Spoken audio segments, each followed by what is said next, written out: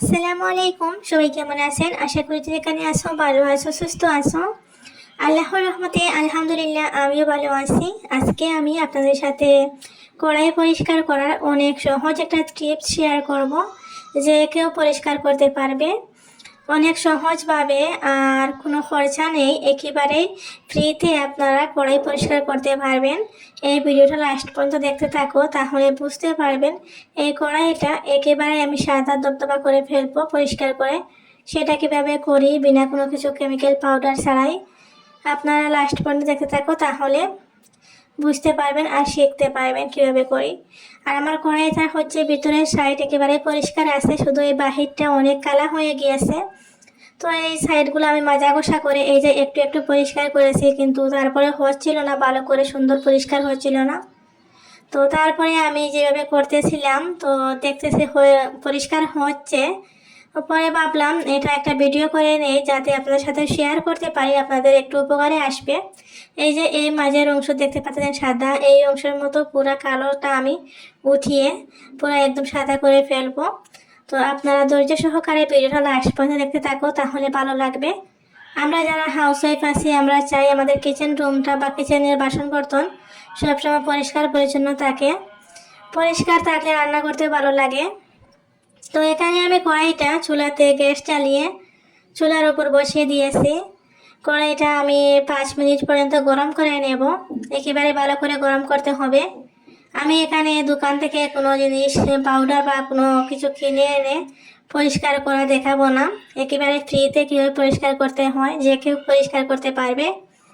গ্রামে থাকো বা শহরে থাকো, যে কেউ করতে পারবে, এরকম একটা টিপস শেয়ার করতেছি। আশা করি আপনাদের কাছে ভালো লাগবে। তো আমি প্রথমে কিছু সময় আমি এমনিতে কড়াইটা বসিয়ে রাখছি চুলার উপরে। পরে আমি কড়াইটা একটা কাপড়ের সাহায্যে ধরে আর এদিক সেদিক করে দিচ্ছি।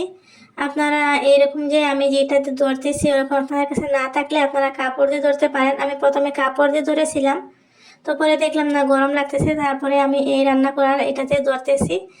তো ধরে আমি ওইটা ভালো করে উল্টে পাল্টে গরম করে নিচ্ছি। আর গরম করার সাথে সাথে এমনিতেই উঠে যাচ্ছিল কালা অংশগুলা। তো এখন একটা আমি চাকুর সাহায্যে, যে পুরাতন বা নতুন যে কোনো একটা চাকু নিয়ে নেবেন।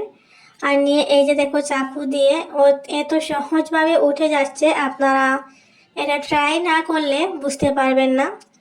একবার ট্রাই করে দেখবেন, তারপর যখন কড়াইটা পরিষ্কার হবে সত্যি আপনাদের মনও অনেক খুশি হবে। এই যে দেখুন, কোনো কিছু কেমিক্যাল পাউডার ছাড়া, কোনো মেহনত করা ছাড়া অনেক সুন্দরভাবে পরিষ্কার হয়ে যাচ্ছে, যে কেউ পরিষ্কার করতে পারবে এইভাবে কড়াই। এইভাবে করে আমি সব চারো সাইড ঘুরিয়ে ঘুরিয়ে করে নেব। যখন দেখবেন এগুলা উঠতেছে না, তখন আরও একটু কড়াই গরম করে নেবেন।